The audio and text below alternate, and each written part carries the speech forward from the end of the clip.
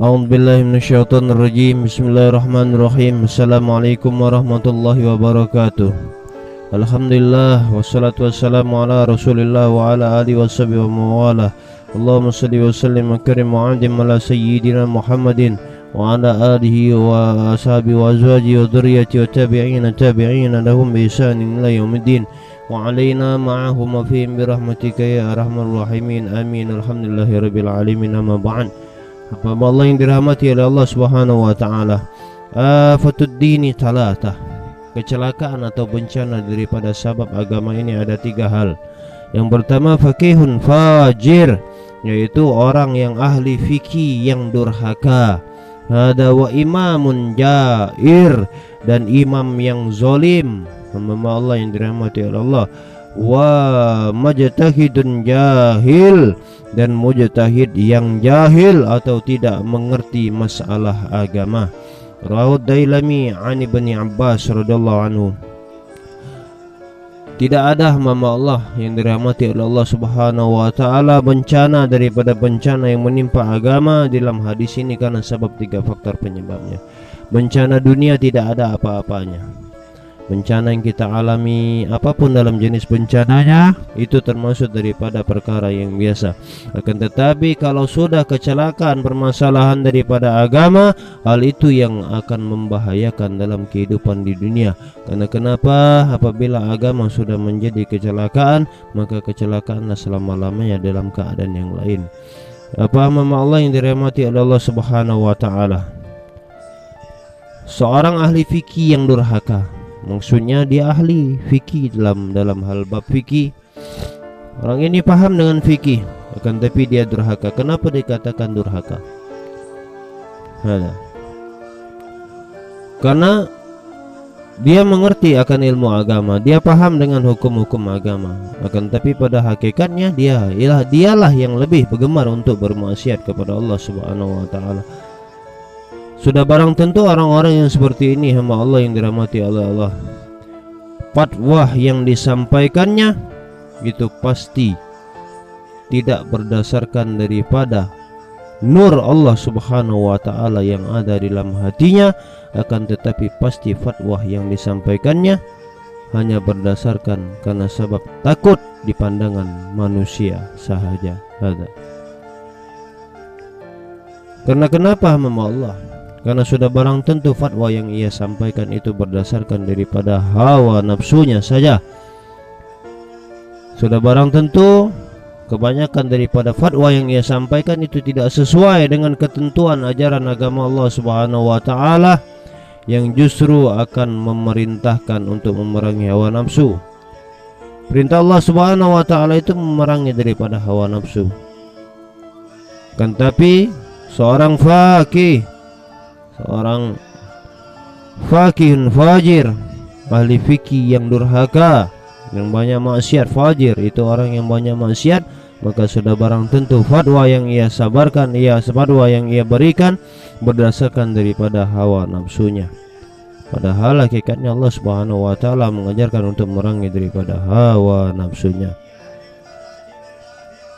Pada dasarnya ia adalah orang yang teladani dalam masalah agama karena keahliannya dalam ilmu fikih. Seharusnya orang-orang seperti itu memberikan contoh yang baik kepada orang-orang yang masih awam.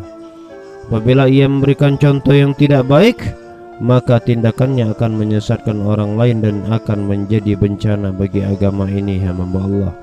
Kemudian seorang pemimpin yang kedua, penyebab daripada afaduddin atau kecelakaan agama, yaitu seorang pemimpin dituntut untuk berlaku adil, akan tetapi ia bersikap sewenang-wenang, maka durhakalah ia. Sudah barang tentu hal ini akan berdampak juga negatif terhadap agama yang diperuntukkan, yang diperturutkannya karena hanyalah hawa nafsu angkara, sehingga dia berbuat angkara murka, hingga dia akan berbuat satu peraturan dan keputusan yang membuat bencana besar bagi agama Allah Subhanahu wa taala. Sama halnya yang ketiga, orang-orang yang mengaku sebagai mujtahid, yaitu pejuang, padahal ia belum sampai ke tingkat mujtahid. Artinya dia bisa memberikan sebuah fatwa yang sesungguhnya fatwa yang disampaikannya pun sama tidak berdasarkan daripada penguasaan ilmu yang mendalam dan amalan yang benar-benar amal, atau dia mengamalkan daripada fatwa yang hendak ia sampaikan atau dia katakan, melainkan hanya berdasarkan daripada serba terkaannya sahaja. Akibatnya ia banyak keliru atau mengelirukan daripada memberikan fatwa, sehingga sebanyaklah bagian daripada orang-orang yang dikatakan sesatlah ia, maka dari itu akan menjadi bagian daripada hal yang sesat menyesatkan hamba Allah yang dirahmati oleh Allah Subhanahu wa taala. Maka dari itu perlu kita perhatikan, antum sebagai seorang alim, takutlah kepada Allah Subhanahu wa taala dengan sebenar-benarnya takut, karena khawatir kita.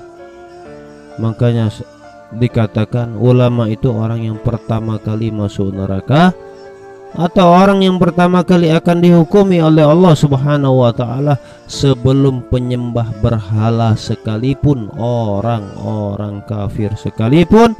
Ulama yang terlebih dahulu masuk ke dalam jurang api neraka yang akan dihukumi oleh Allah Subhanahu wa taala sebelum yang lain.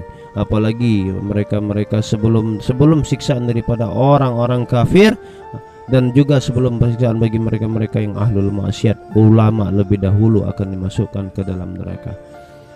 Hamba Allah yang dirahmati oleh Allah, hindarilah kita daripada gemar untuk menjadi orang yang faqih fajir, orang yang ahli fikih penuh dengan kemaksiatan, wa imamun jair, dan seorang pemimpin yang berbuat kemungkaran atau berbuat angkara murka, wa mujtahidun jahil, dan orang-orang yang mujtahid yang jahil atau tidak mengerti apa-apa. Hindarilah hamba Allah, dakwah lakukan oleh siapa saja. Silakan antum berdakwah, kan tapi berikanlah fatwa. Kita di saat kita hendak meminta fatwa, mintalah kepada para alim ulama yang mengamalkan ilmunya, yang benar-benar ilmunya dengan penguasaan yang mendalam, dan dia adalah seorang sosok ulama yang mengamalkan akan ilmu agamanya. Karena kenapa Mama Allah, insyaallah para ulama-ulama seperti itu, mereka tidak akan memberikan satu fatwa itu berdasarkan dari hawa nafsunya atau memiliki daripada kepentingan pribadinya, melainkan mereka akan memberikan fatwa sesuai dengan nur cahaya Allah Subhanahu wa taala. Karena kenapa? Dia khawatir dengan sabab pembicaraannya, dengan sabab daripada fatwanya, dengan sabab daripada omongannya itu didengar, kemudian orang melakukannya. Seandainya yang diomongkan, yang diucapkannya itu benar, dia akan mendapatkan daripada ganjaran Allah. Akan tetapi dia khawatir di saat dia mengucapkan sesuatu, berfatwa dengan sesuatu, dan hal itu tidak benar dan banyak orang yang mengamalkannya, dia khawatir semakin banyak dosa-dosa yang ia pikul dan ia miliki. Maka dari itu ulama amilin, mukhlasin, muhtadin, amilin, mereka tidak mau memberikan fatwa sembarangan. Tentunya mereka akan memberikan fatwa dengan cahayanya Allah Subhanahu wa taala. Lebih dan kurang saya memohon maaf kepada Allah Subhanahu wa taala, saya memohon ampun. Al-afu minkum. Allahumma salli wa sallim ala sayyidina Muhammadin wa ala alihi wa sallam. Alhamdulillahirabbil alamin. Wassalamu alaikum warahmatullahi wabarakatuh.